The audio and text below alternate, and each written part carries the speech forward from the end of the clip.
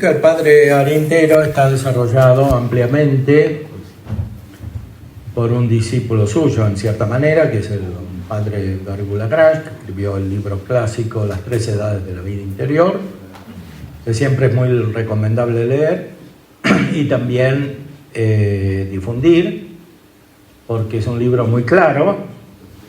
Tal vez esté más profundo en muchas cosas, pero ese libro es muy claro porque conecta bien la doctrina tomista con la de San Juan de la Cruz. Aquí vamos a manifestar ahora algunos aspectos de la doctrina de San Juan de la Cruz, que después se aplican también al tema que estaba propuesto de la vocación de los jóvenes, etcétera, porque eso tiene mucha problemática psicológica. Primero vamos a explicar brevemente. Ustedes saben que siguiendo esa tradición que describí al principio de la conferencia anterior, se distinguen tres etapas de la vida espiritual, según la vía iluminativa, según la vía purgativa, la vía iluminativa y la unitiva. San Juan de la Cruz entiende estas etapas en el sentido de la purificación, la iluminación y la unión, que venían de la tradición y de Dionisio, el místico, y a su vez une esta visión con las tres etapas de la caridad que describirían los teólogos, Santo Tomás también, en la cuestión 28 de la Secunda Secunde. Se refiere al crecimiento de la caridad y los grados de la caridad. Entonces, ahí también describe tres grados principales, lo podemos ver enseguida, cuestión 28.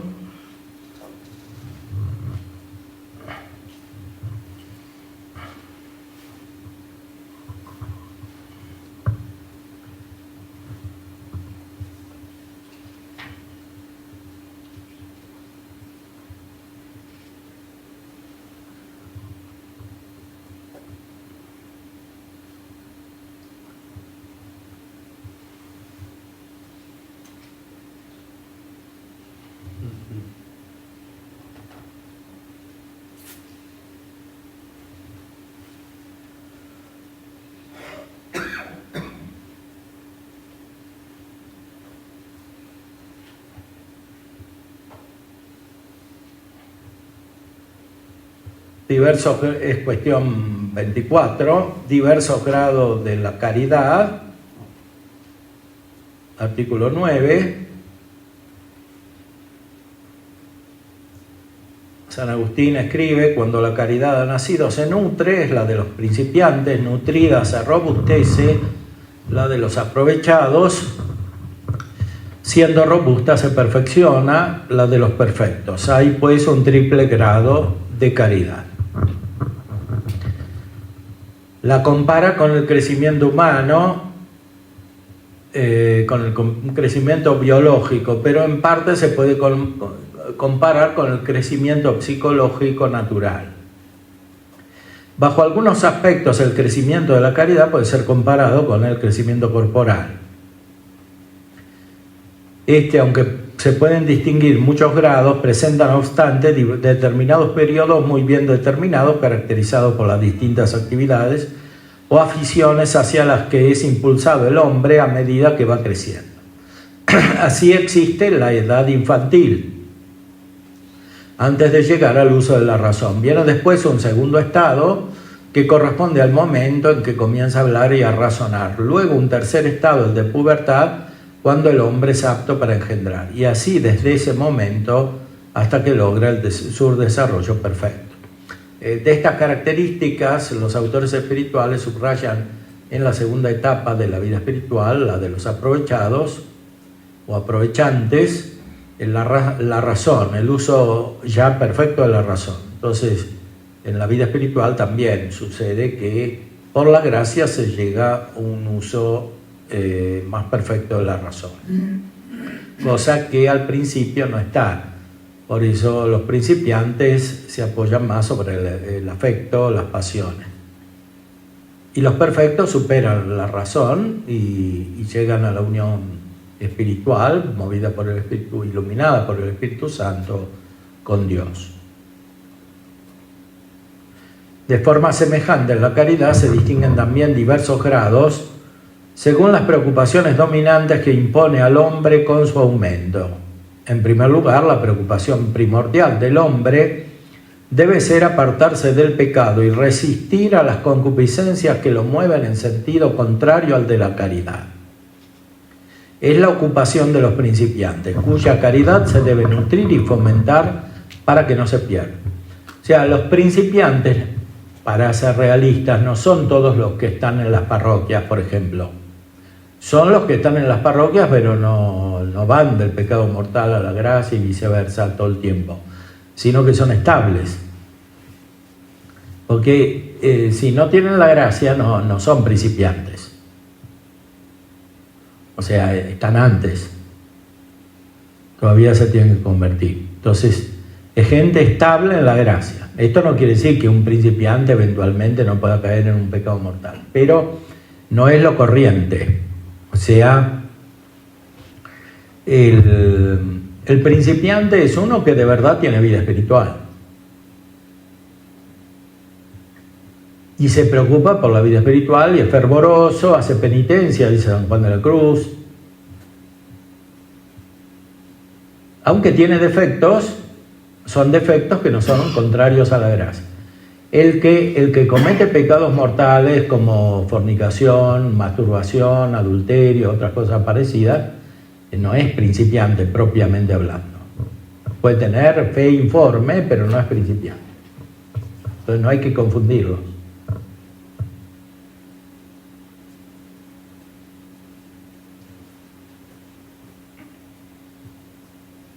Después de esta viene una segunda preocupación, que es trabajar principalmente para progresar en el bien.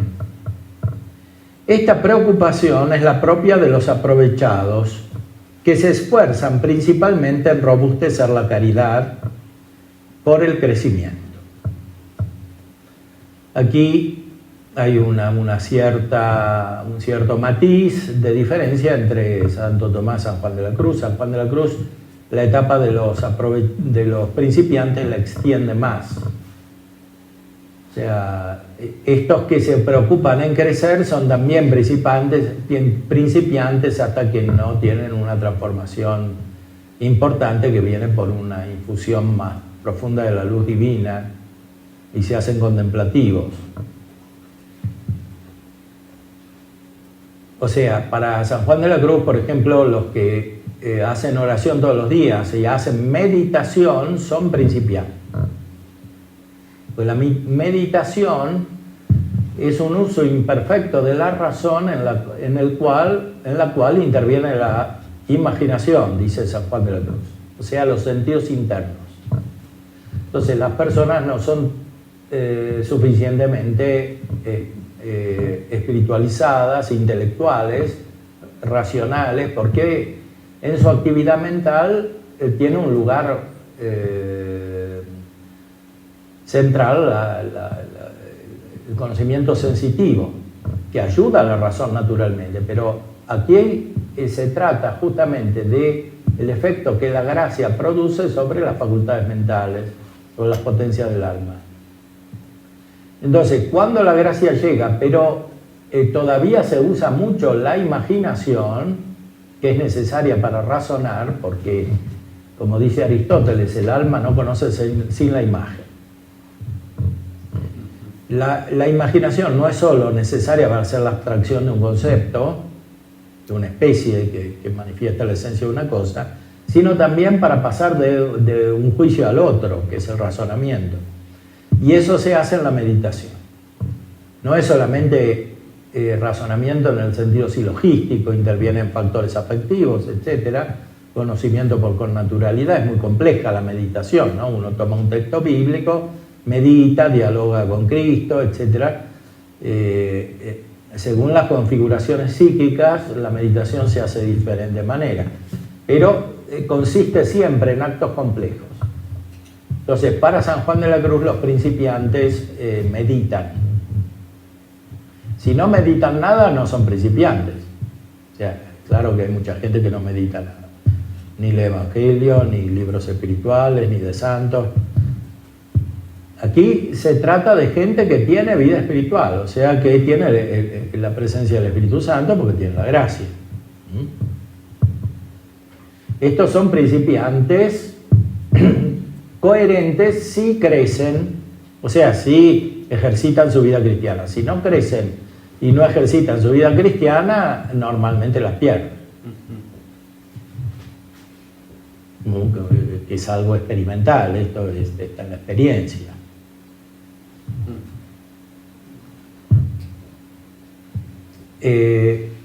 Para San Juan de la Cruz y los otros autores espirituales es claro que hay que ocuparse más de las personas cuanto más vida espiritual tienen. O sea, porque el principio que enseña él es que los que están más adelante necesitan más guía espiritual que los que están al principio. Porque los que están al principio tienen que aplicar los principios, justamente los elementos básicos, los principios elementales que son los mismos para todos. O sea, los 10 mandamientos, aceptar los dogmas de la fe, conocer los sacramentos y recibirlos, todo eso es lo mismo para todos. En cambio, hoy en la pastoral actual parece que los que necesitan más diversidad son estos por razones psicológicas, o sea, porque cada uno tiene su problema especial. ¿Cómo? ¿Cómo? Esa parte no la entendí. Claro que San Juan de la Cruz dice que los que más necesitan el padre espiritual, que sería el psicólogo en el sentido pleno, son los que están más adelante. En cambio ahora se entiende que los que necesitan una atención personalizada del sacerdote o del psicólogo, de los dos, son los que están al principio. O sea, los que todavía no tienen vida espiritual, los que tienen traumas, dramas, conflictos, que les impiden tener una vida espiritual estable y desarrollada, ¿no? Entonces ahí hay que evitar la trampa de dedicarse principalmente a estos y descuidar a los que están más adelante. O sea, el sacerdote, cuanto más perfecta espiritualmente es una persona, más la tiene que atender, no menos. Porque además, estas personas que tienen más vida espiritual son las que después se pueden ayudar a los sacerdotes. Los otros no. Más le traen problemas que ayuda, ¿no? Por ejemplo, en las parroquias se hacen unos líos bárbaros, crean divisiones, conflictos, problemas de todo tipo. Entonces, hay que estar atentos.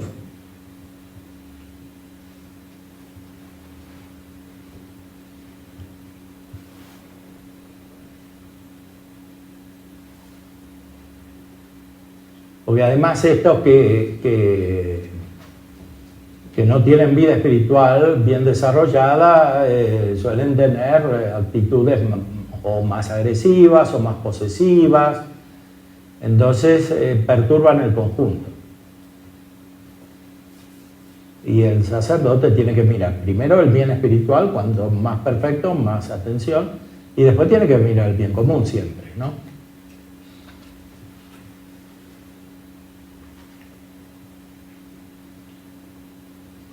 Por eso no por atender a algunos se deteriora el conjunto.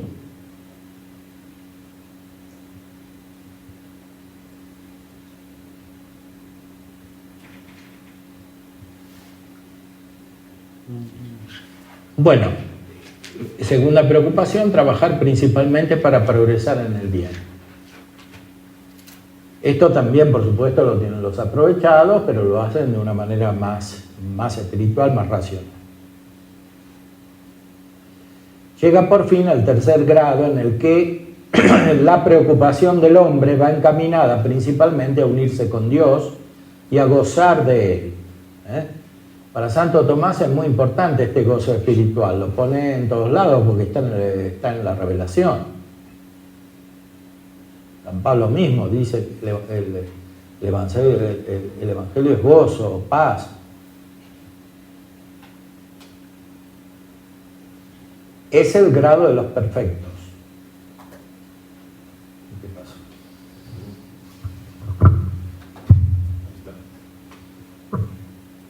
Es el grado de los perfectos.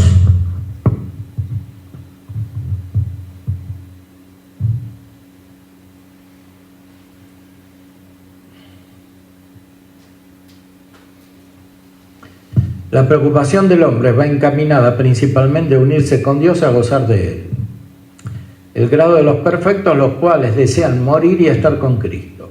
Es en síntesis lo que vemos en el movimiento corporal, en el que distinguimos tres momentos. Primero, arrancar del punto de partida, segundo, acercamiento al término, finalmente, descansar en Él.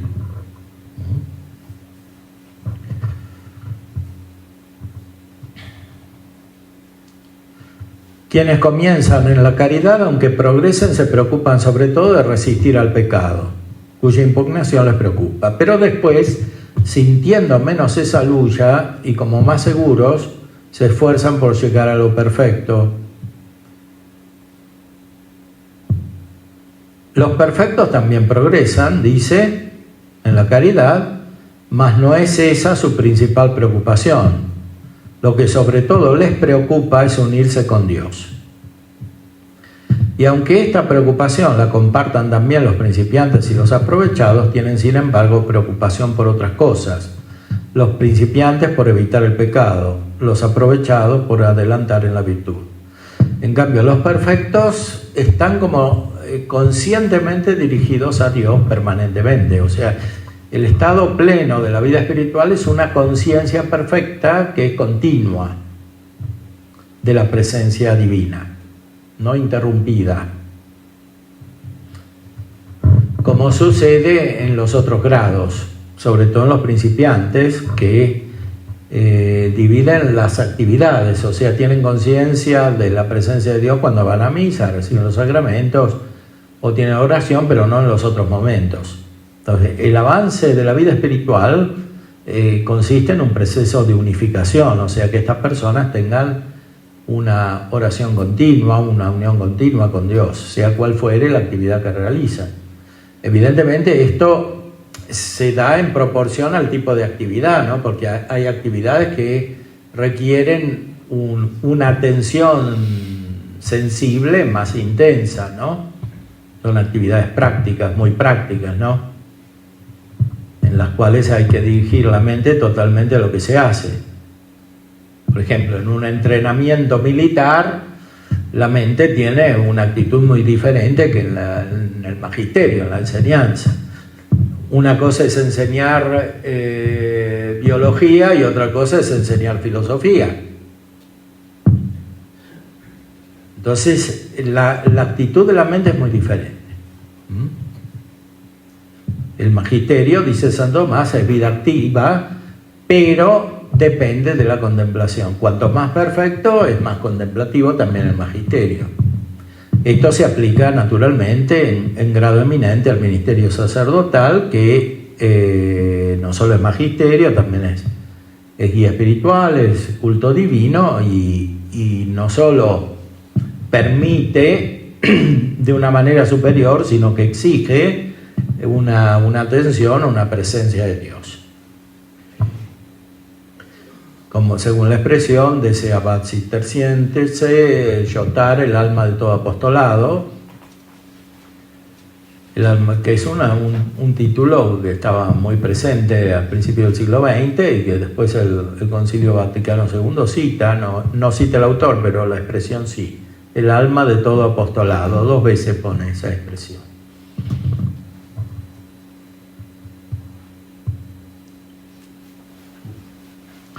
Vayamos más directamente ahora al texto de San Juan de la Cruz. En los libros donde se expone la evolución mística, según 3 etapas, como se vio, son la noche oscura y la subida del Monte Carmelo.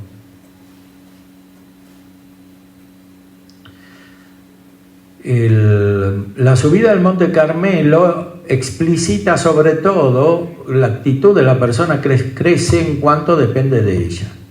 Siempre se supone que es movida por la gracia, entonces radicalmente siempre una actitud mística, porque viene la gracia, aunque usa potencias humanas. En el otro libro, La Noche Oscura, explica los efectos que produce directamente la gracia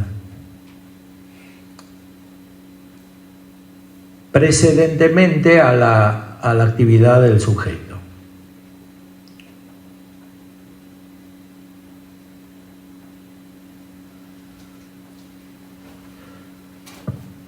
Veamos algunos textos.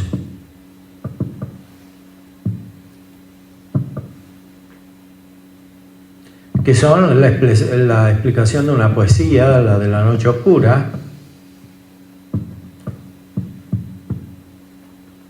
A ver.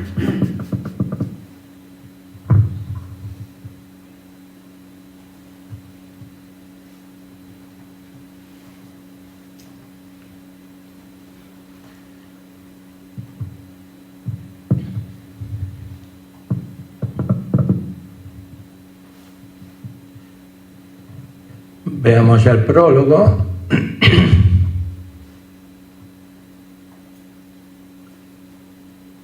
A ver.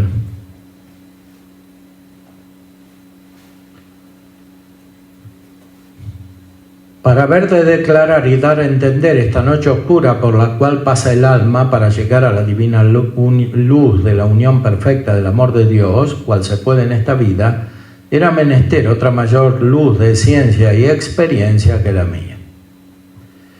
Aquí habla ya de la experiencia espiritual a la cual nos hemos referido.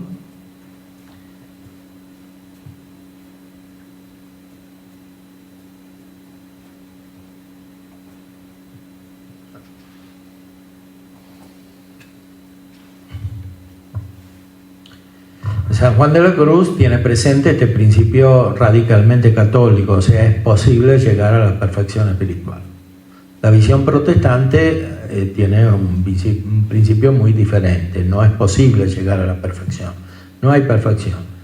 Y lo mismo la filosofía moderna y la psicología moderna. O sea, en esta visión psicológica moderna, ser perfecto quiere decir aceptar que no se es perfecto. Entonces, buscar la perfección es la enfermedad. Se identifica con un perfeccionismo. Porque se identifica la perfección simplemente con un tipo de actividad externa, ¿no? Como el buen alumno, el primero de la clase, que no se equivoca en nada. Pero esa no es una visión interior de la perfección, una visión que corresponde al desarrollo pleno de la vida de la gracia y de la vida humana como tal. Entonces, él explica en estos dos libros, Noche y su vida, cómo hay que pasar por una experiencia de oscuridad que no es que valga porque es oscura o porque hay sufrimiento, sino porque el crecimiento mismo implica como resultado en la imperfección del sujeto, suponiendo la imperfección del sujeto, oscuridad y sufrimiento, pero no es lo que se busca en la vida espiritual. Esto también es una diferencia importante con el protestantismo, que tiende a subrayar el valor del sufrimiento como tal. O sea, lo que nos redime es el sufrimiento o la cruz, ¿no? Para ellos. Pero casi lo identifican con el sufrimiento físico, la cruz, y a veces con la contradicción, ¿no? La doctrina católica, como la explica San Tomás, es diferente. O sea, la pasión no es principalmente el sufrimiento, sino la caridad. Ahora, por caridad, Cristo actúa, se acerca a los hombres y la consecuencia es el sufrimiento. En el protestantismo y en la filosofía moderna es diferente. Por ejemplo, también la psicología de Freud, que depende de estos, Cristo nos redime porque sufre y sufre porque se suicida, dice él. O sea, la cruz es un suicidio. Se suicida porque quiere eliminar al Padre, ¿no? Eso dice en Totem y Tabú. Bueno, está claro que esas son deformaciones muy profundas. Aquí hablamos de la caridad. Y San Juan de la Cruz, en el fondo, también está hablando de la caridad, de la gracia y de la caridad, como Santo Tomás vimos, ¿no? O sea, las etapas de la vida espiritual son las etapas de la caridad. Y la caridad es gracia y por tanto depende de Dios, no del esfuerzo del sujeto. Esto no quiere decir que no tenga que haber esfuerzo, ya lo dijimos. Tiene que haber esfuerzo porque tenemos naturaleza humana, pero no es la raíz del crecimiento, el esfuerzo. Más aún, es imposible el esfuerzo útil sin la gracia, sin la caridad. Por eso los que no tienen una buena guía espiritual hacen esfuerzos inútiles. San Juan de la Cruz lo dice, lo decía Arintero también, y por eso sufren, porque cuando uno percibe que lo que hace es inútil, tiene una reacción negativa en la afectividad.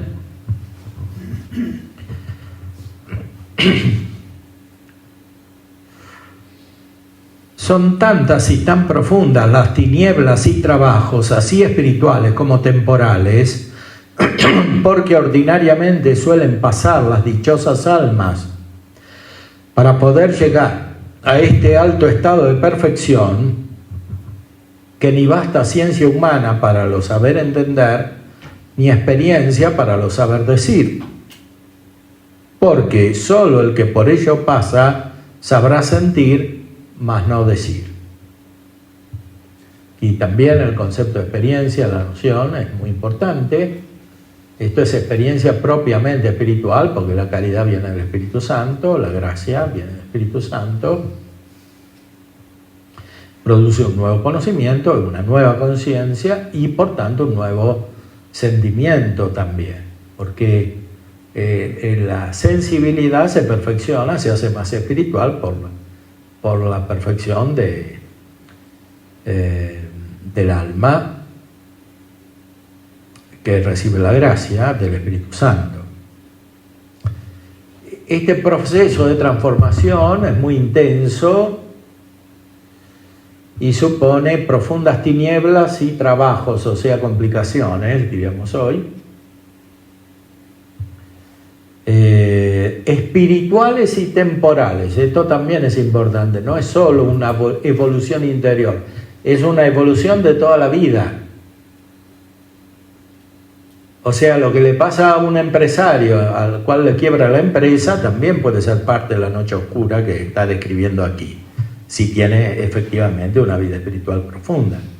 O cualquier otro tipo de problema, desde físico como una enfermedad hasta moral en una familia, etcétera, de relación, lo que fuere. Todo, es una visión integral de la vida, no es que la vida espiritual es solamente interna y después todo lo otro no interviene.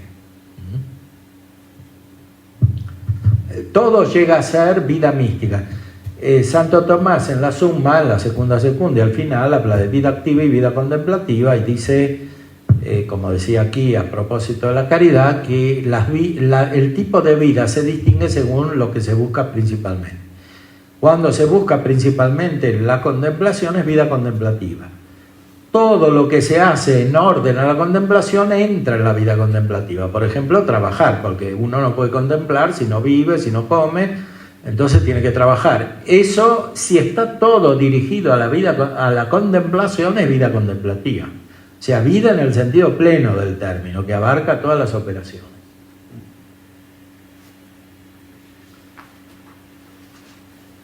En esto también la visión católica es muy diferente de la protestante, que separa la vida temporal, el trabajo, la profesión, etcétera, de la vida interior. La vida interior está reducida a una actitud moral y a lo sumo la proyección es moral. Por eso el protestantismo tiende a su vez al moralismo, que es una deformación de la verdadera moralidad, ¿no? es aplicar como reglas externas. Entonces, la visión católica, que se funda sobre la acción de la gracia y la presencia de la gracia, es muy diferente.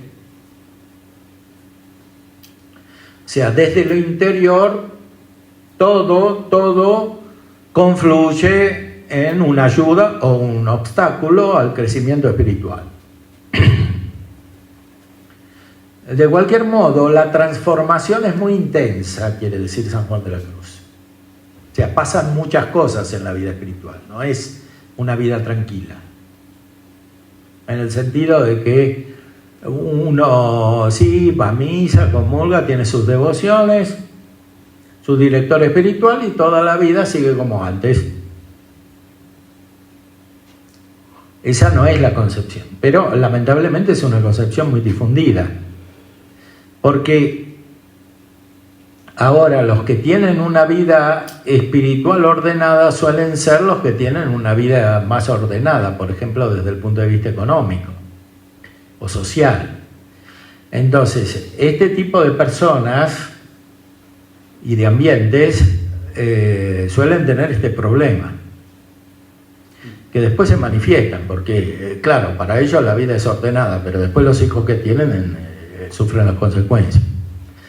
Sufren las consecuencias, pierden la fe, pierden la vida espiritual, etc. Porque los padres no fueron guiados con suficiente profundidad como para que emprendan el conjunto de la vida como vida espiritual y no solamente una parte. O sea, mandan, sí, ellos no se divorcian, van a misa, van a algún retiro, tienen un director espiritual y mandan a los hijos a un buen colegio teóricamente católico que los eduque, pero después ¿por qué sale mal? No tendría por qué salir mal, pero sale mal. Entonces pasa algo. Y lo que pasa es que no hay una concepción suficientemente integrada de la vida espiritual. Porque no está esta profundidad de la vida mística.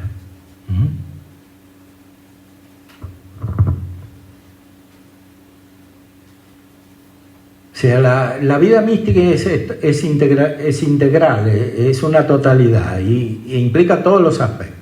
Hay que desarrollar todas las virtudes. Y para eso hacen falta también transformaciones externas. Ahora, las transformaciones externas no son solamente provocadas por el sujeto que crece en la vida espiritual, sino que principalmente dependen de Dios. Así como más todavía las internas. Por lo tanto, para decir algo de esta noche oscura, no fiaré ni de experiencia ni de ciencia, porque lo uno y lo otro pueden fallar y engañar. Mas no dejándome de ayudar en lo que pudiere de estas dos cosas, aprovecharme para todo, lo que con el favor divino hubiere de decir, a lo menos para lo más importante y oscuro de entender de la divina escritura, por la cual guiándonos no podremos errar, pues el que en ella habla es el Espíritu Santo. Etcétera. Después dice que quiere decir solamente lo que está en la tradición y en el magisterio de la Iglesia, para lo cual me ha movido, o sea, para esta aplicación que hacen sus obras, no la posibilidad que veo en mí para cosa tan ardua, sino la confianza que en el Señor tengo de que ayudará a decir algo, por la mucha necesidad que tienen muchas almas, las cuales, comenzando el camino de la virtud y queriéndolas nuestro Señor poner en esta noche oscura para que por ella pasen a la divina unión, ellas no pasan adelante. A veces por no querer entrar o dejarse entrar en ella. Bueno, esto es muy común, o sea, hay gente que tiene capacidad espiritual que va avanzando y a un cierto punto se interrumpe y no crece más. Y es su voluntad.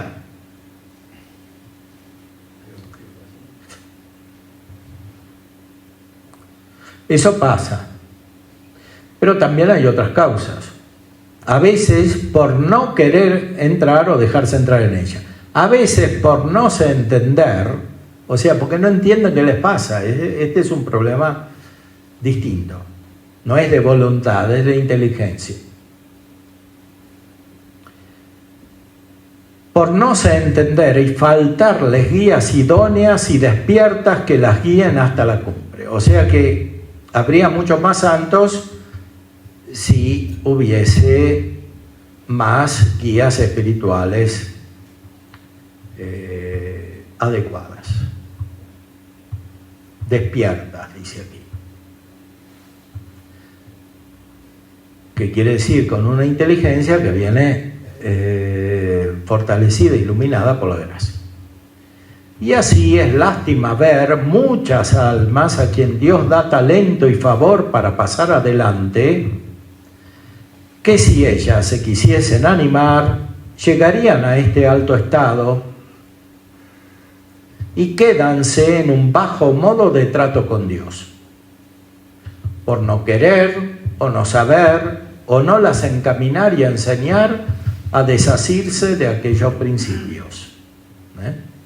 Bueno, esto San Juan de la Cruz lo tiene muy claro, lo repite en otras obras. A veces dice que los enemigos del alma son tres: el mundo, la carne, ella misma y el director espiritual.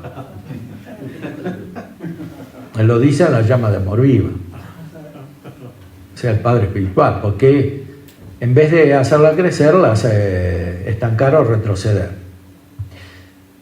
Bueno, esto también lo pone aquí de otra manera. O sea, hay muchas personas que tienen capacidad espiritual, lo que dice Aristero también, ¿no?, en el texto anterior, pero no progresan porque nadie las guía. Esto es un problema muy grave para el conjunto de la Iglesia, porque no es solo un problema de esas personas, sino también del conjunto de la Iglesia, porque necesita a estas personas sabias y santas para su evolución. Y ya que, en fin, nuestro Señor las favorezca tanto, que sin eso y sin eso otro las haga pasar, porque a veces las personas crecen sin padre espiritual y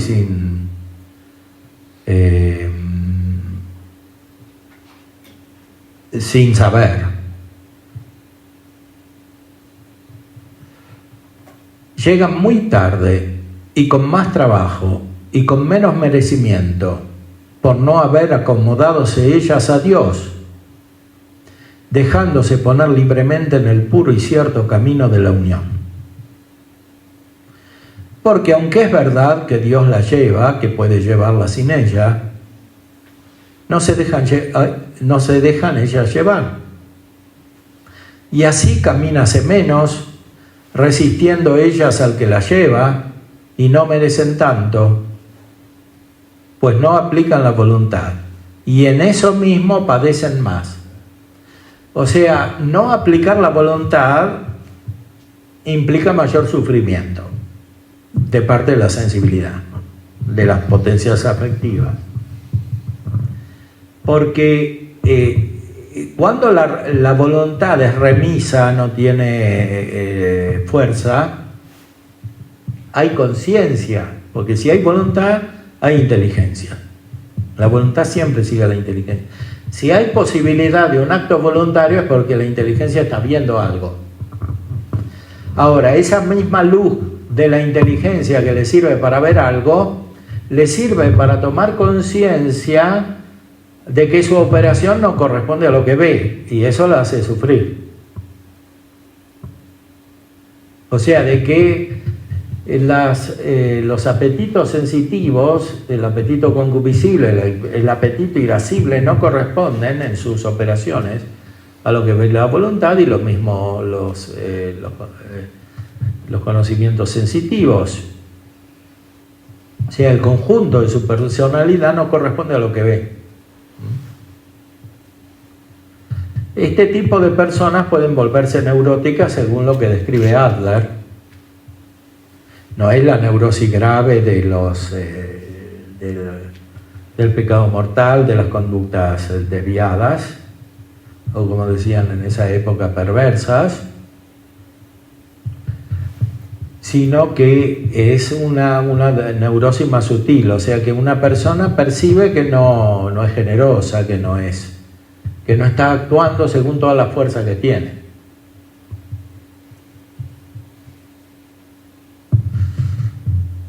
Y en esto, este tipo de personas suelen tener muchas perplejidades, porque esta percepción da lugar a muchas dudas, por ejemplo, a muchos razonamientos y a racionalismo, explicaciones de algo que es mucho más simple, simplemente que no usan la voluntad. Pero el problema es cuando los que tienen que guiar a esta persona, los padres espirituales, los sacerdotes, no las ayudan. Porque hay almas que en vez de dejarse a Dios y ayudarse, antes estorban a Dios por su indiscreto obrar o repugnar. O sea, por lo que hacen, que no deberían hacerlo, o por lo que no hacen, o que no lo quieren hacer. Hechas semejantes a los niños que, queriendo sus madres llevarlos en brazos, van ellos pateando y llorando, porfiando por seguir ellos por su pie, para que no se puedan dar nada, y si se anduviere, sea al paso de niño. En La Noche Oscura explica los defectos de los principiantes, entre los cuales está de querer que Dios quiera lo que ellos quieren, y entristecerse de querer lo que quiere Dios. O sea, querer que Dios quiera lo que ellos quieren es una forma de racionalismo, de idealismo, porque es algo que desarrollan ellos en su mente. Es imaginación, fundamentalmente. Y el uso indebido de la imaginación es un alejamiento de la realidad, en este caso de la realidad espiritual, de la vida espiritual. O sea, por eso surgen tantas teorías espirituales equivocadas, tantas espiritualidades, desarrollos espirituales que son más bien perturbadores que una verdadera ayuda.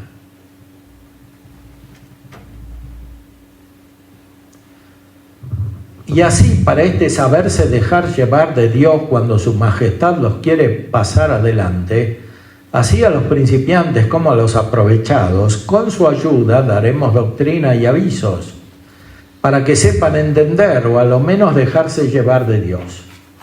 Él insiste en esta expresión, dejarse llevar, porque lo principal en la vida espiritual viene de la gracia, no de la iniciativa del sujeto, que debe secundar a la gracia. La gracia viene primero. Porque algunos padres espirituales, por no tener luz y experiencia en estos caminos, antes suelen impedir y dañar a semejantes almas que ayudarlas al camino.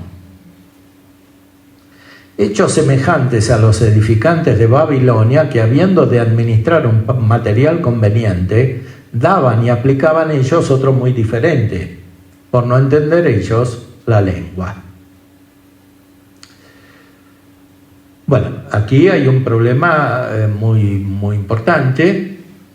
O sea, los padres espirituales, no dice directores, dice padres espirituales, o sea, los que generan hijos espirituales.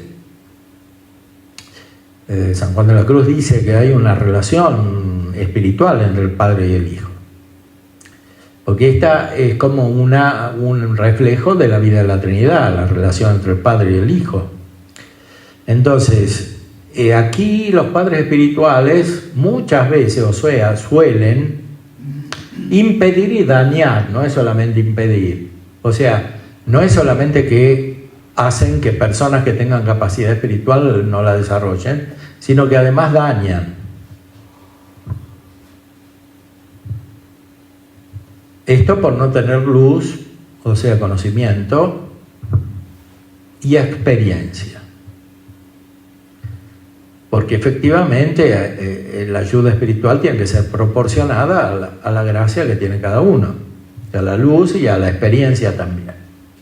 No es lo mismo un sacerdote al principio que después de muchos años. Entonces, recordemos siempre que el sacramento del orden produce estos dos efectos, el carácter y la gracia. El carácter es siempre igual, porque uno puede celebrar la misa, producir la transubstanciación ministerialmente, puede absorber los pecados si tiene la facultad, sea cuando es muy joven, recién ordenado, sea cuando tiene muchos años. Pero el efecto espiritual es diferente, porque ese depende de la gracia de cada uno.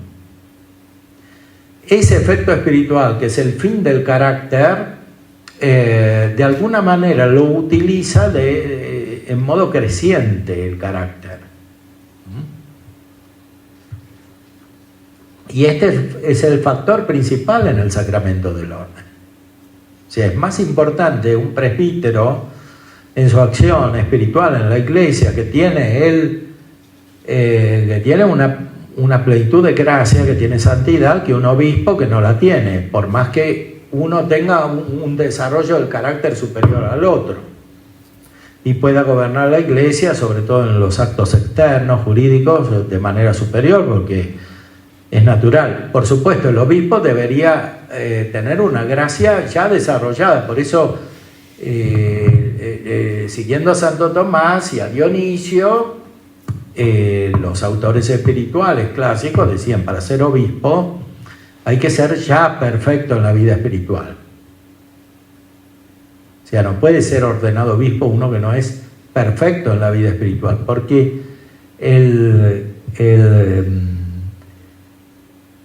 la operación que le corresponde en orden a la vida de la iglesia es perfectiva. Entonces corresponde a la etapa de los perfectos. Debería ser un místico en la vía unitiva el obispo. Y lo mismo se diga respecto del conocimiento, la sabiduría. Por eso el Código de Derecho Canónico dice que tiene que ser doctor, ¿no? Muchos no lo son y tampoco son perfectos en la vida espiritual. Pero esto es como en todo, ¿no? Está la ley, pero no siempre se cumple. Efectivamente, ¿cuántos obispos hay en la historia de la iglesia de las cuales no queda rastro? ¿Y cuántos sacerdotes hay que han tenido un influjo tremendo en la vida de la iglesia? Como Santo Tomás, era sacerdote, no era obispo. San Ignacio de Loyola, era sacerdote, no era obispo. Algunos sí fueron obispos, San Francisco de Sales, por ejemplo, o San Buenaventura. Muchos al final, no cuando tuvieron todo el influjo. O San Alfonso María de Ligorio. Pero ya cuando era muy avanzado, hizo muchas cosas antes, ¿no?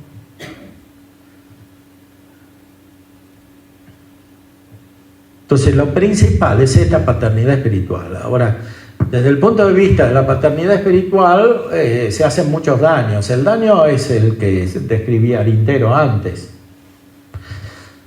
O sea, que no solo mucha gente no desarrolla la vida espiritual por este motivo, pues no tiene guía, luz, sino que algunos la pierden también. O sea, cuántos se pervierten por la mala enseñanza, incluso de parte de los sacerdotes. O porque no hay un buen gobierno de la iglesia. Es fundamental que en el orden sagrado haya paternidad. Esta paternidad no es un paternalismo sentimental, es algo divino, es algo que viene de la gracia, es espiritual. No se puede reemplazar de una manera psicologizante en modo humano.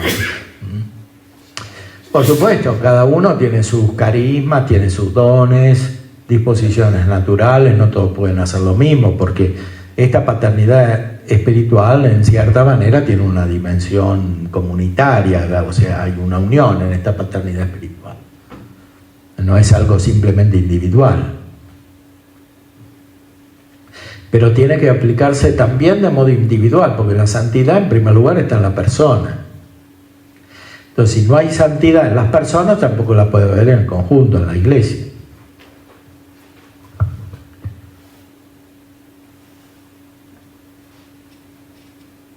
Por lo cual es recia y trabajosa cosa en tales sazones no entenderse una alma, ni hallar quien la entienda.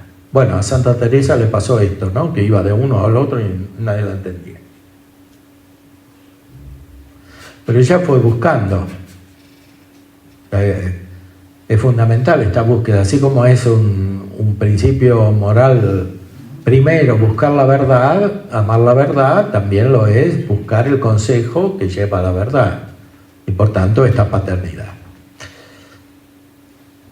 Porque acaecerá que lleve Dios a una alma por un altísimo camino de oscura contemplación y sequedad, en que a ella le parece que va perdida, y que estando así llena de oscuridad y trabajos, aprietos y tentaciones, encuentre quien le diga, como los consoladores de Job, que es melancolía o desconsuelo o condición. Bueno, esto es lo que se hace hoy, que es lo que hacen los padres espirituales cuando mandan a la gente buena a los psicólogos. La melancolía era una enfermedad psiquiátrica de la época. Entonces, es lo mismo que pasa ahora. En esa época no había psicólogos, entonces no lo mandaban, pero ahora sí. Entonces el problema se acentúa. No estamos hablando de gente que tiene una vida tan desordenada que necesita un mínimo de racionalidad. Son cosas diferentes. Aquí estamos hablando de gente que tiene vida espiritual, como deberían ser normalmente, por ejemplo, los religiosos, los seminaristas, o las personas de vida cristiana intensa, laicas. A veces es sistemático. O sea, hay padres espirituales que mandan a casi todos al psicólogo.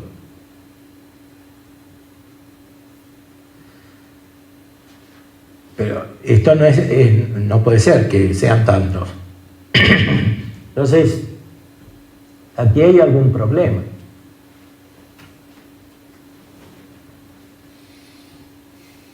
No estamos hablando de gente que tomó drogas o que vivió en un ambiente de delincuentes o de gente que es muy poco instruida. Estamos hablando de gente que tiene una vida humana desarrollada mínimamente.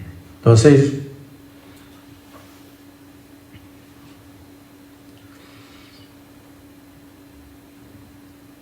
estos padres dicen que melancolía o desconsuelo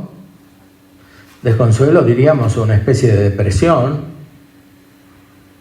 o condición, o sea que tiene una enfermedad, lo que hoy se entiende de enfermedad psicológica como si fuera algo estructural, o sea que el sujeto nació así, cosa que no corresponde a la verdadera naturaleza humana.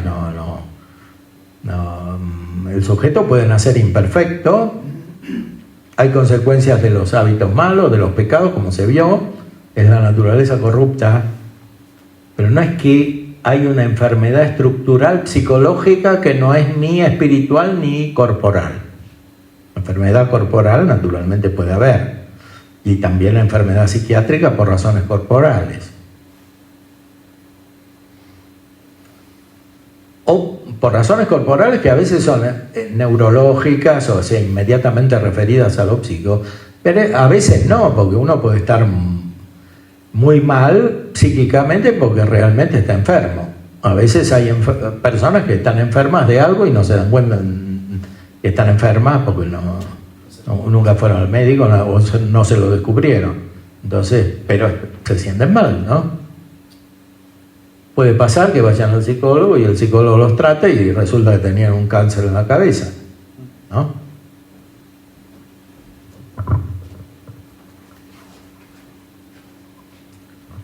O en otra parte del cuerpo.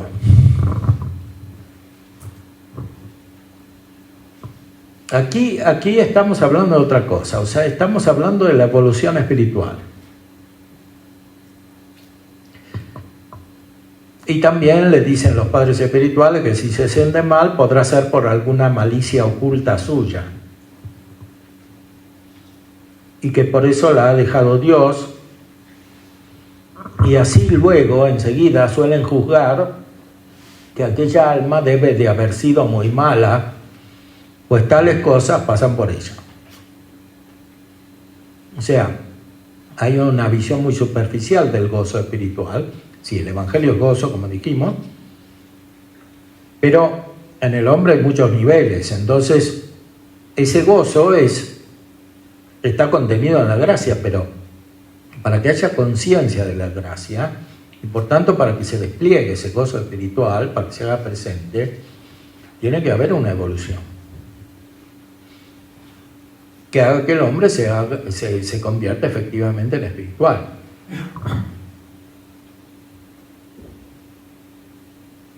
San Juan de la Cruz es muy realista, o sea, en la vida espiritual pasan muchas cosas y no es que todos tienen un camino derecho y lineal en el cual no hay fenómenos extraños o indeseados.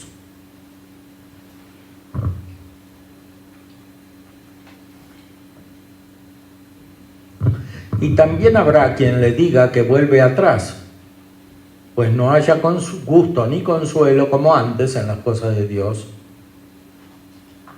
y así doblan el trabajo a la pobre alma. Sí, es muy peligroso esto. Por ejemplo, mandar a la persona a un psicólogo y no entiende nada de la vida espiritual. Porque el paciente, en el sentido estricto del término, porque lo sufre, puede perder la vida espiritual. Porque acá será que la mayor pena que ella siente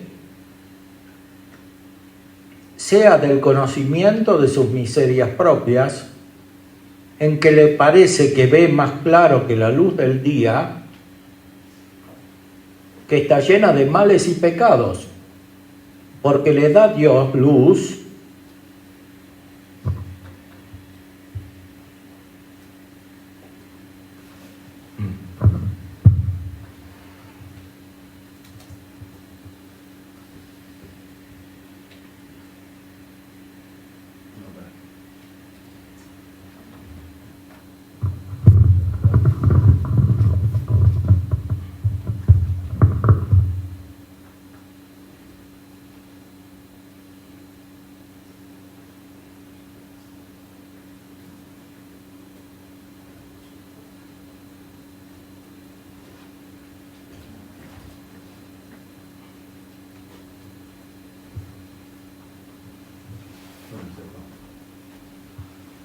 Bueno, aquí está explicando San Juan de la Cruz cómo por la infusión de la luz divina, por el crecimiento en la vida espiritual, esta persona descubre sus propios límites, sus defectos,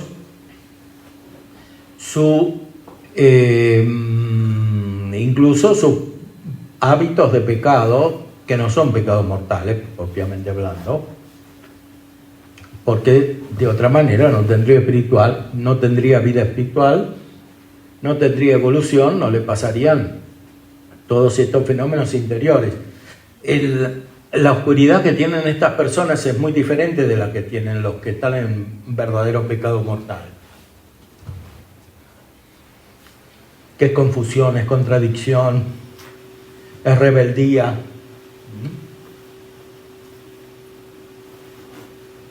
es una experiencia espiritual negativa, crea conflicto, etc. Implica depresión verdadera.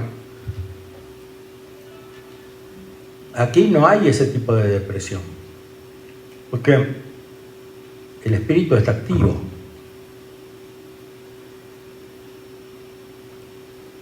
Hay más intensidad de vida espiritual que antes. Justamente por eso hay mayor conocimiento de sí, mayor conciencia. La conciencia que describen los psicólogos como Freud, de las personas que están lejos de Dios, que están en una situación de rebeldía, es muy diferente, es una especie de elaboración racional de sí, externa, extrínseca. Una explicación alejada de la verdadera realidad íntima, ¿no? En cambio aquí hay intimidad, hay verdadera vida interior.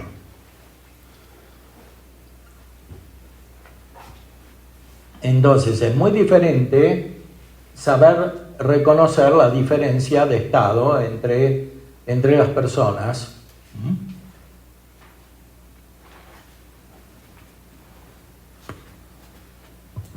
Y no confundirlas, no aplicar el mismo método indiscriminadamente.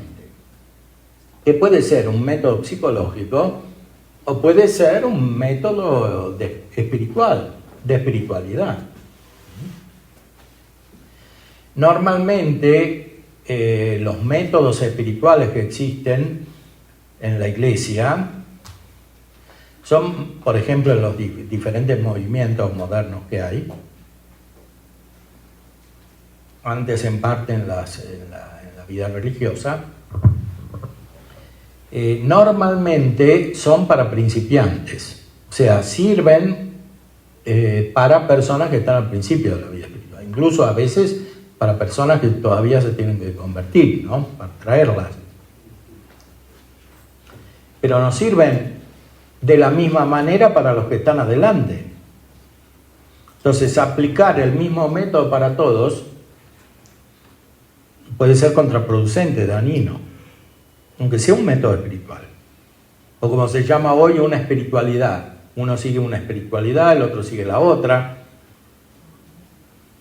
Pero ya cuando está esa concepción hay un problema. San Juan de la Cruz no está describiendo un camino espiritual, por ejemplo, que sirve para los carmelitas. Está escribiendo las leyes esenciales de la vida espiritual, que valen para todos porque surgen del Evangelio y de la naturaleza humana. Después hay diferentes caminos, pero esos caminos tienen un aspecto principal que está dirigido a los principiantes. Por ejemplo, Santo Tomás, cuando habla de la vida religiosa, dice que en la vida religiosa pueden entrar todos. O sea, también los pecadores, los que hicieron cualquier tipo de desastre, porque la vida religiosa no es para los perfectos, es para los que buscan la perfección. Entonces se supone que uno que entra en la vida religiosa no es perfecto. Ahora, Santo Tomás atiende a la vida religiosa en el sentido tradicional, los padres del desierto, el monaquismo. Los monjes no eran sacerdotes en general, los del desierto tampoco. Cuando se trata de vida religiosa en la cual hay ministerio sacerdotal, hay órdenes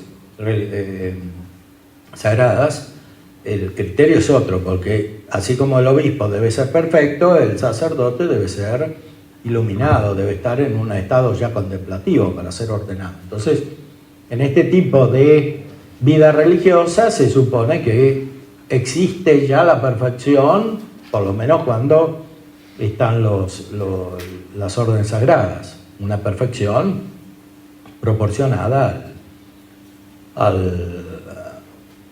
la misión que se tiene, que al menos es común a la de todos los sacerdotes. Entonces, pero cuando se trata de la vida religiosa,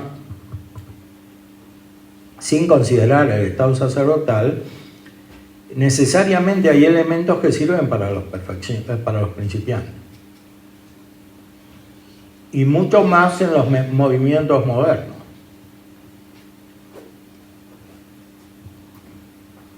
Que son para todo el mundo en una situación caótica como la presente.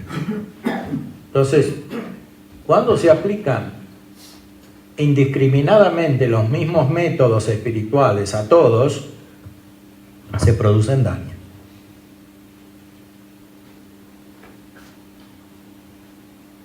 Eso puede pasar dentro de la vida religiosa y también, con más razón, en los movimientos.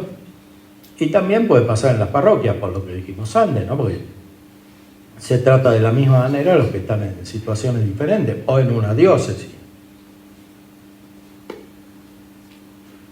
Por eso es muy importante estudiar todos los aspectos de la evolución espiritual desde esta visión más profunda.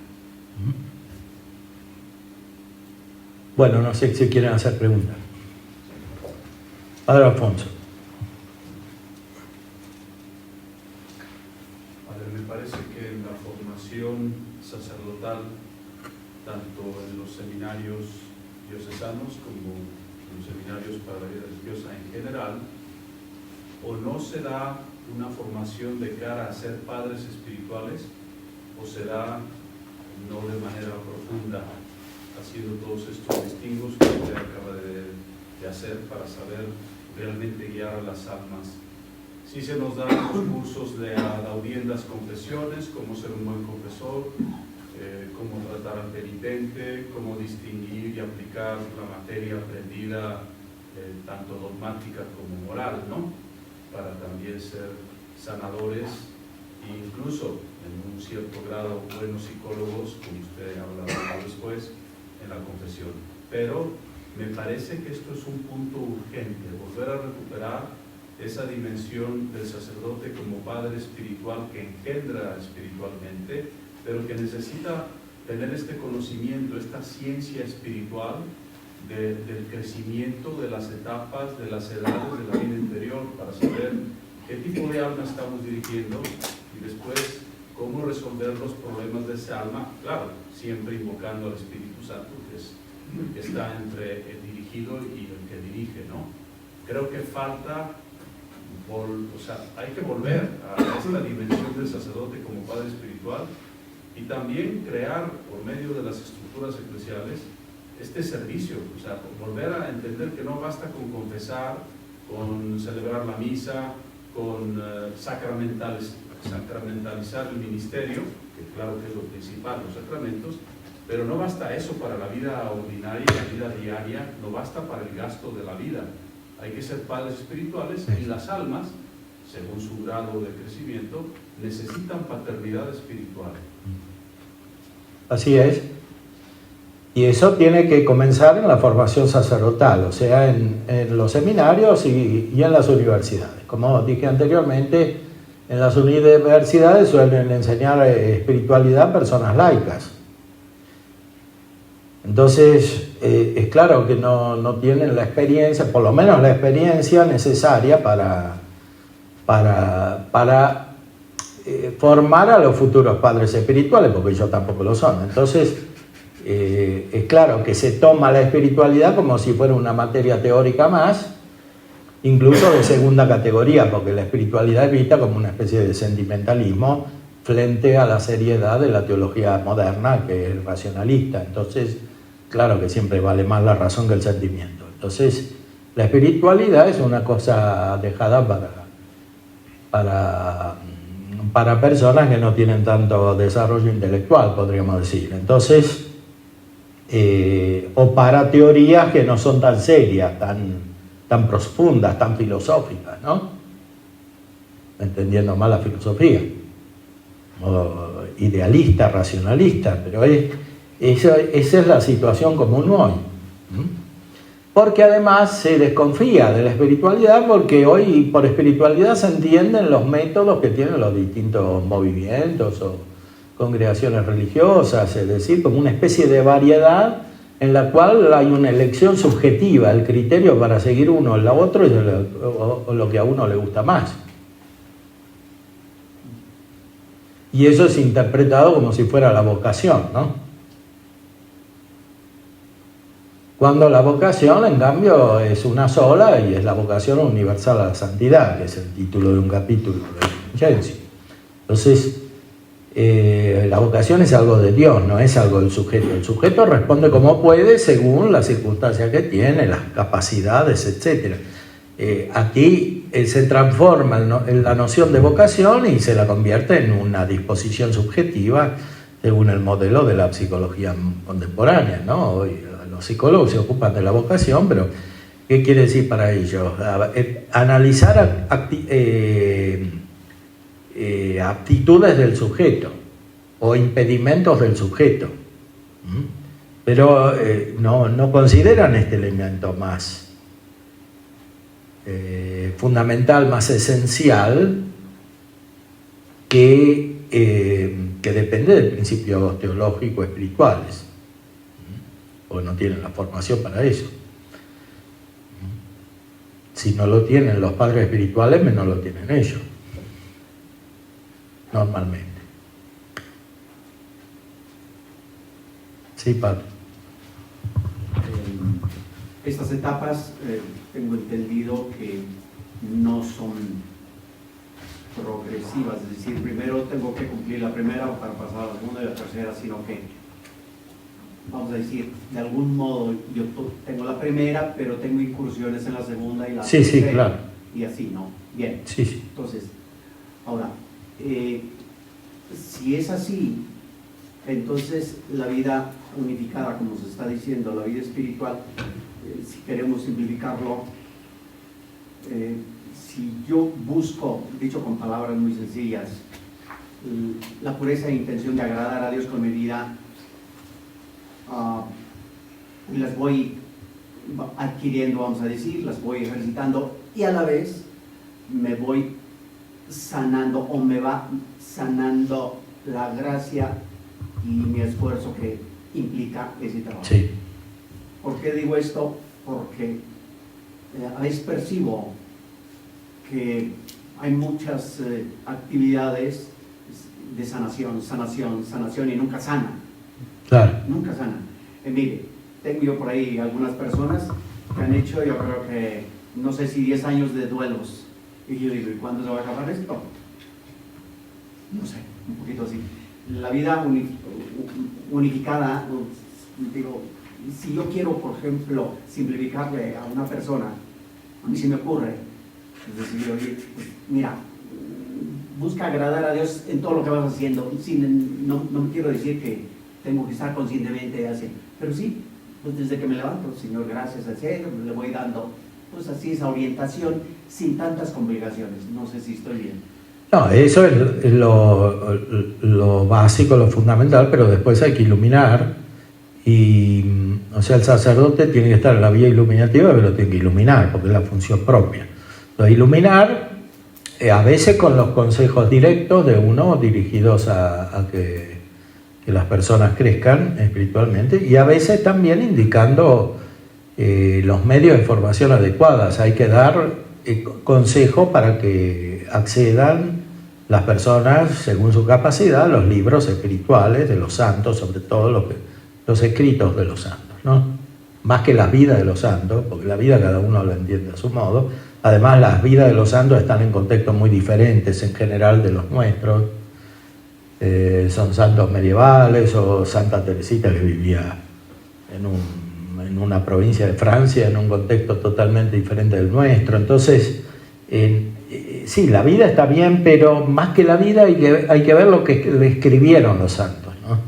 Porque ahí siempre hay mucha lucidez, incluso racional. Los santos siempre son muy inteligentes por la gracia que tienen.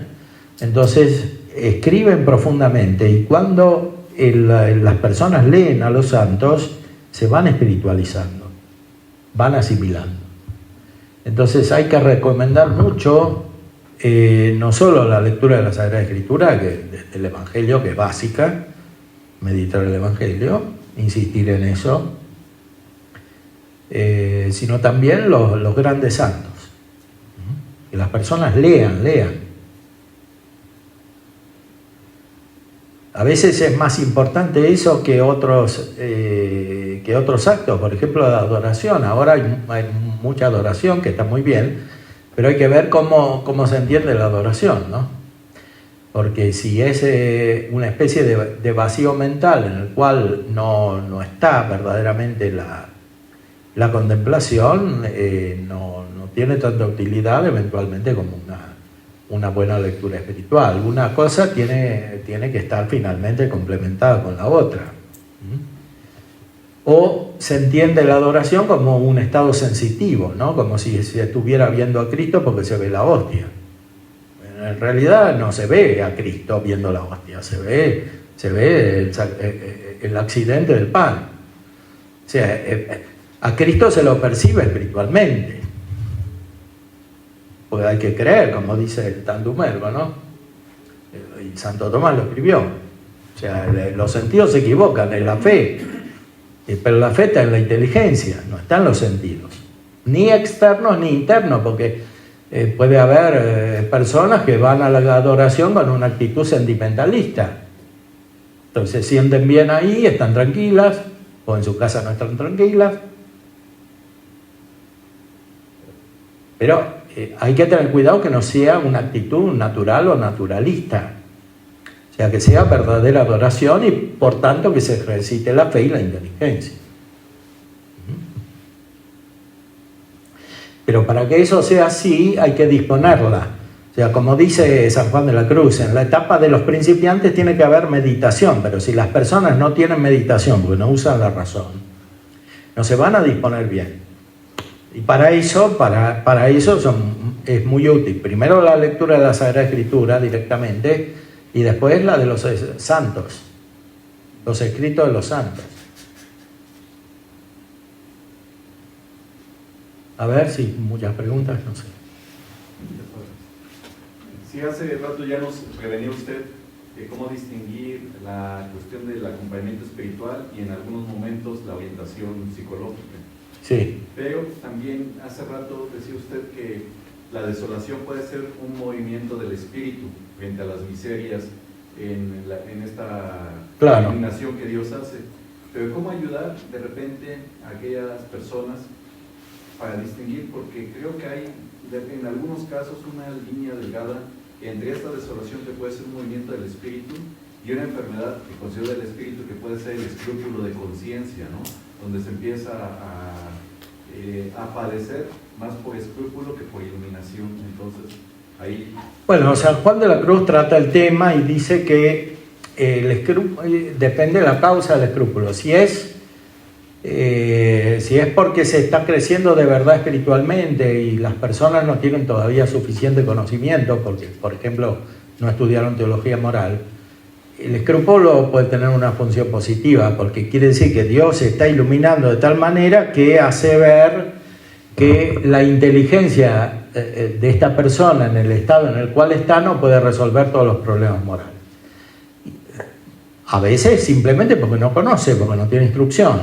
Entonces, en ese caso es bueno.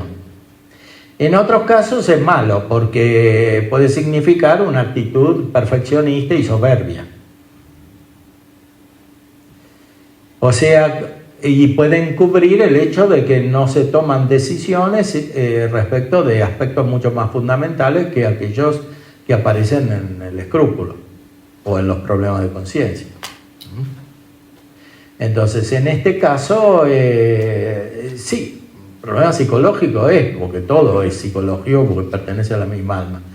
Pero no es psicológico simplemente en el sentido de la psicología moderna, es psicológico porque tiene una raíz espiritual moral.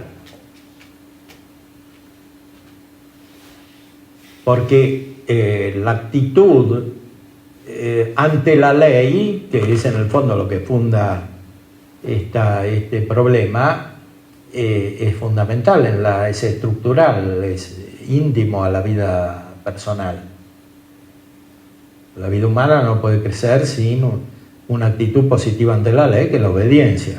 Entonces, si el escrúpulo manifiesta esta actitud positiva que está creciendo por la acción de la luz de la gracia, es algo bueno. Y normalmente desaparece. Si en cambio es fruto de la inmadurez, no tanto de la inmadurez afectiva cuanto de la inmadurez moral, porque el sujeto no actúa conscientemente e intensamente en aquello en lo cual sí puede actuar. Por ejemplo, no crece en la caridad, entonces ese escrúpulo es síntoma de un problema más profundo, que es un problema moral. No ejercitar o la caridad o no ejercitar o la esperanza o cosas más básicas como la castidad o la justicia o la fortaleza.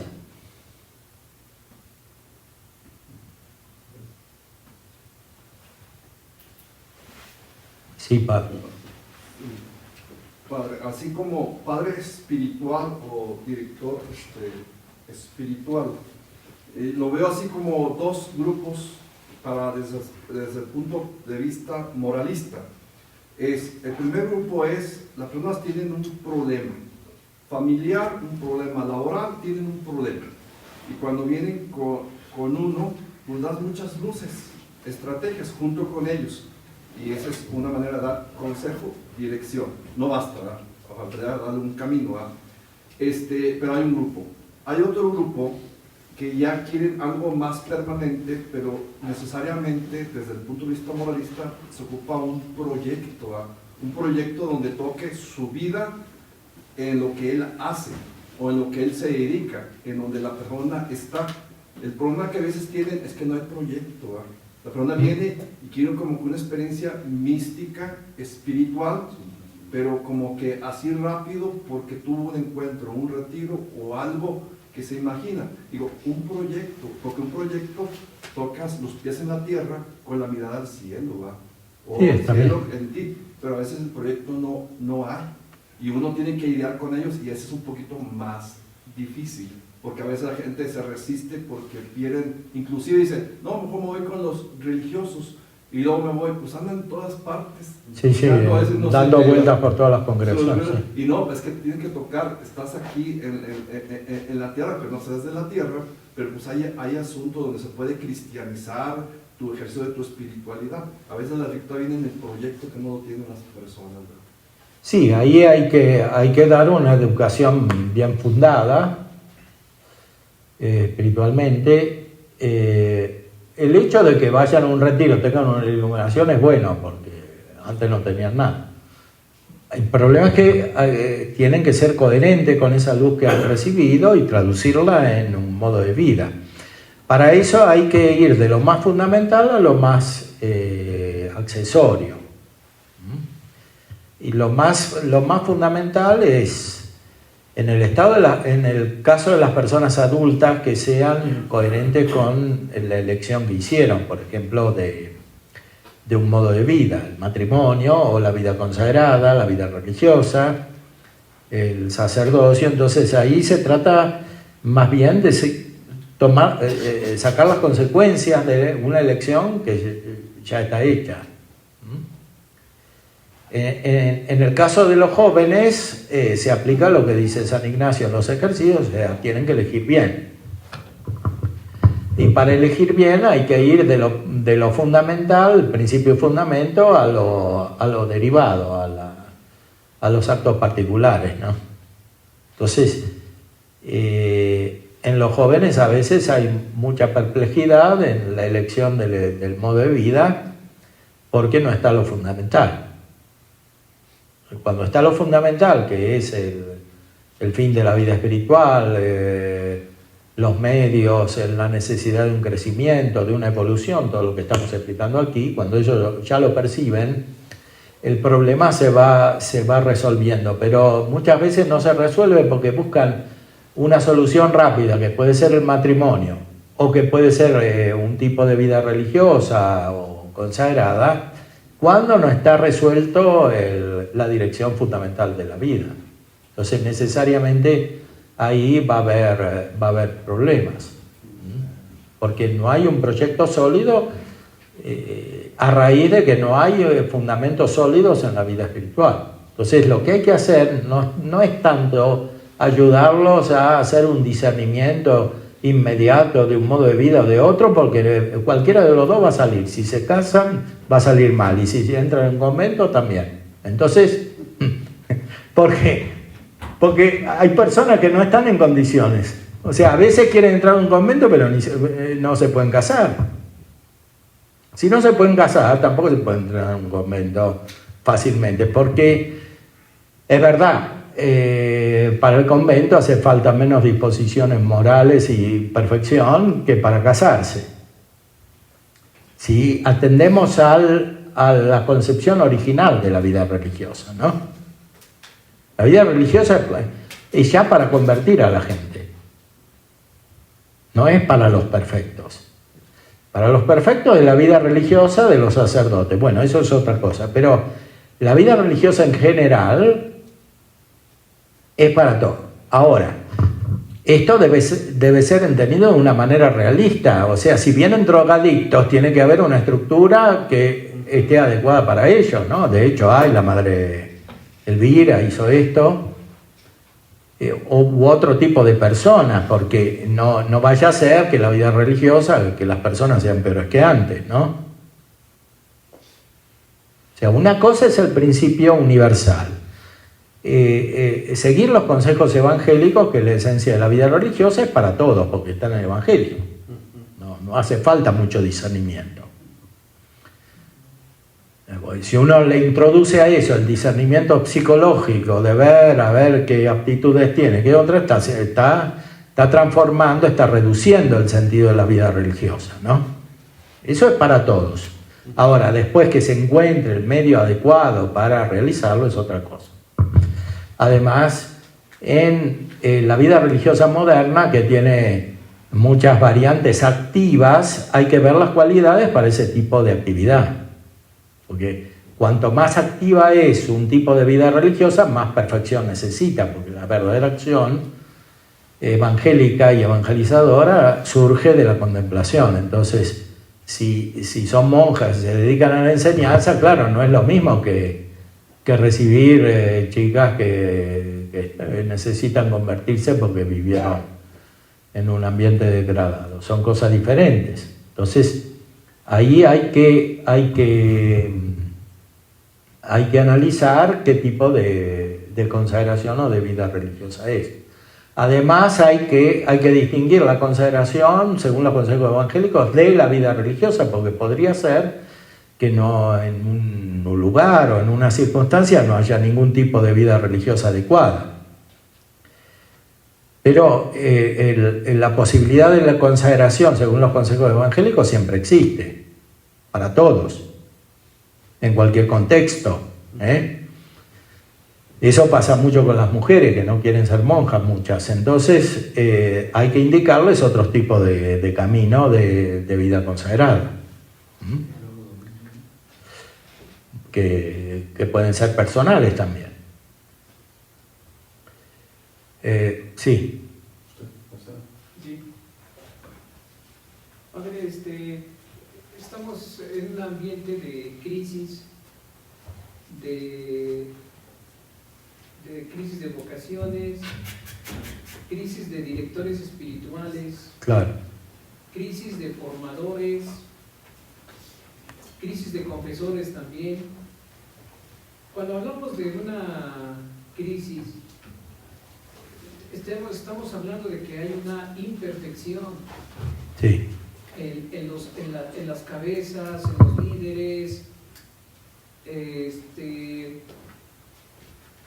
y esta imperfección también, yo también la noto en la separación que tiene la vida de la responsabilidad de ser cabezas, la separación de la responsabilidad de ser cabezas con el misticismo.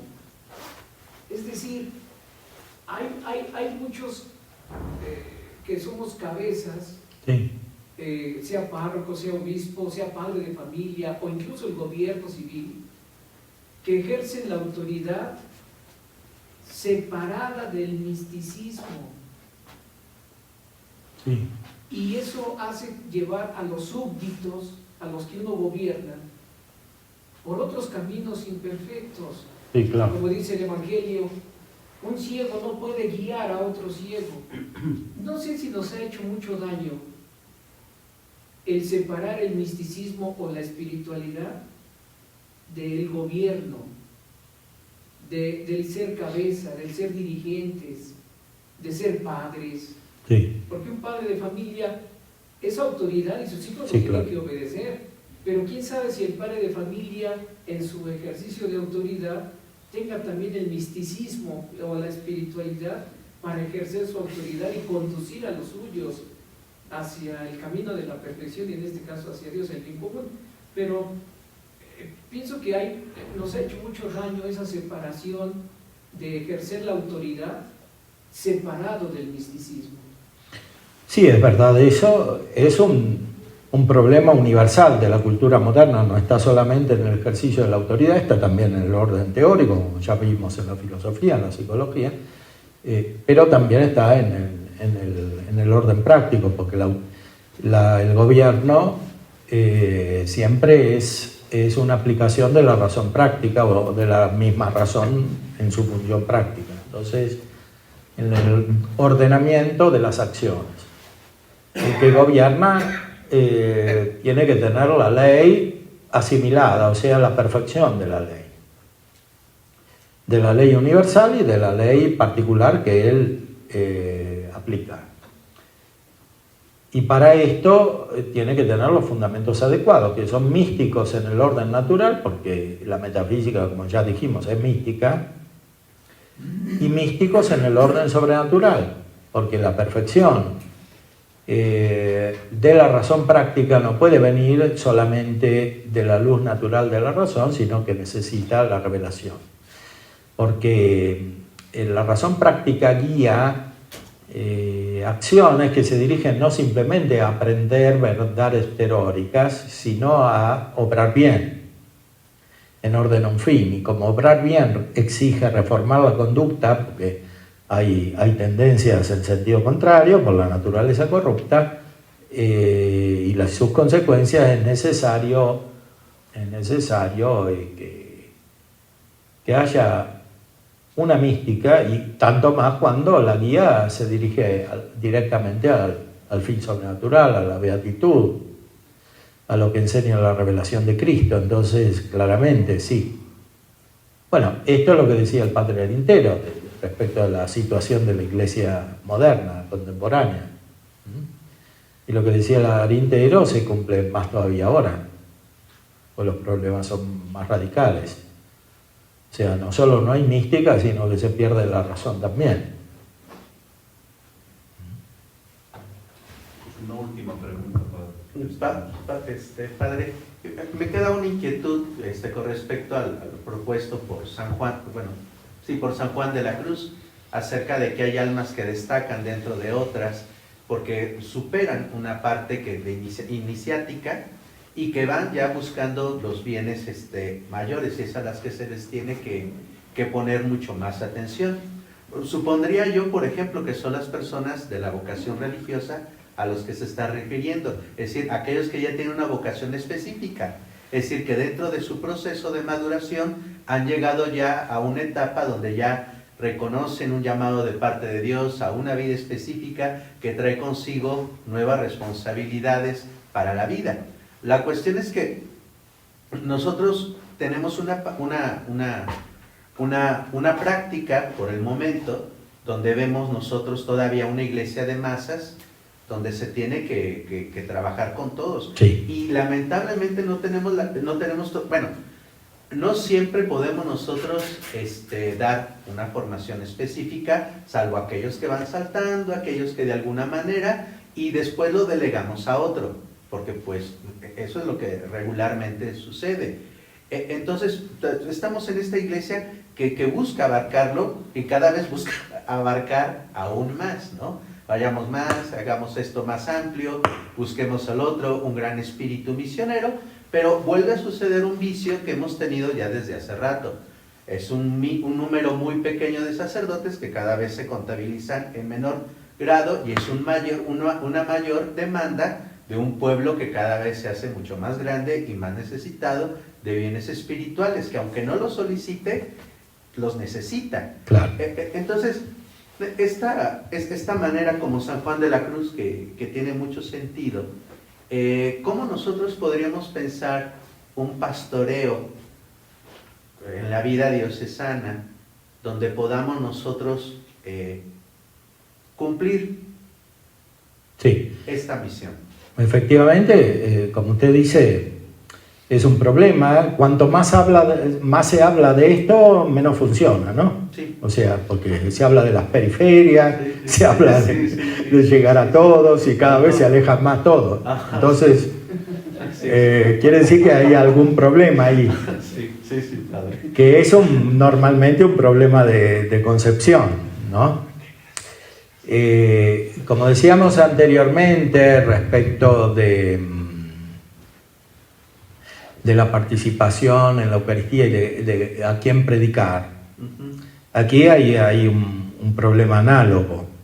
Santo Tomás, cuando analiza la vida de Cristo, dice que Cristo no se dirigió a todos, Él eligió a algunos y después los mandó, ¿no?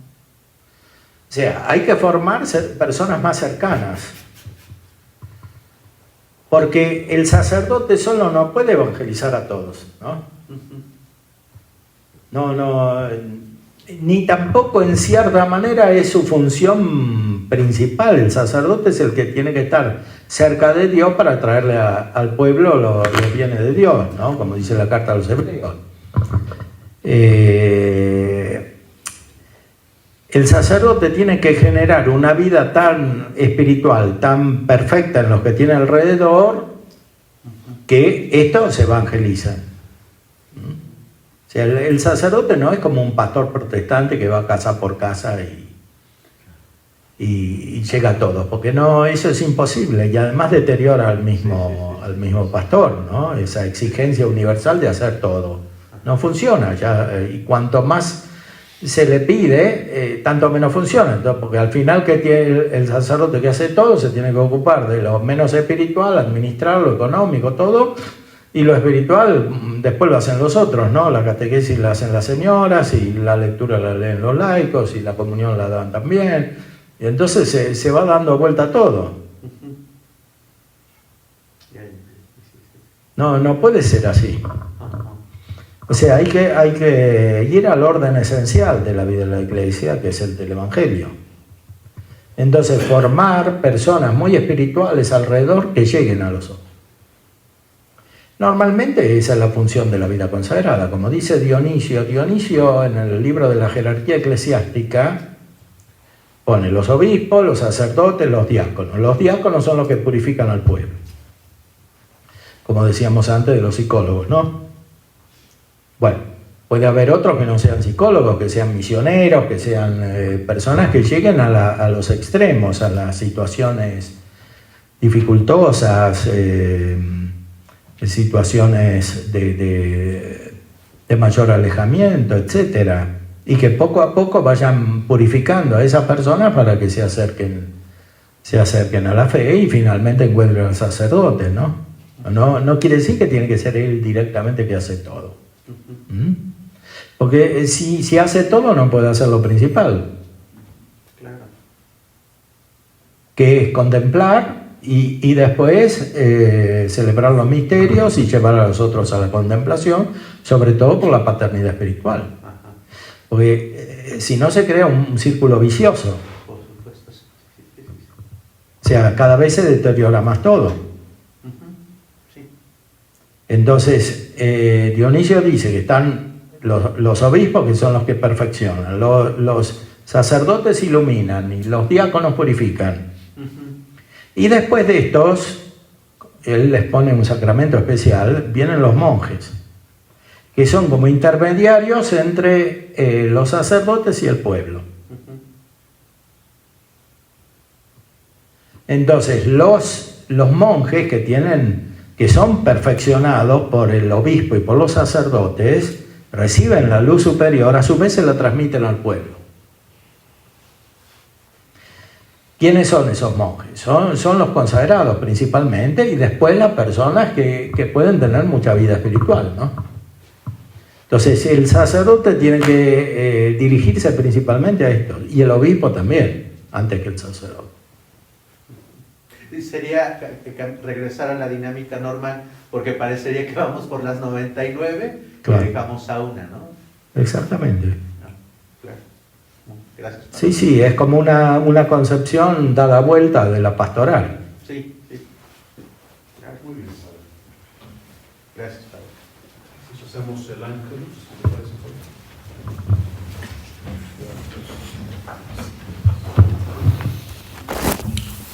El ángel del Señor anunció a María.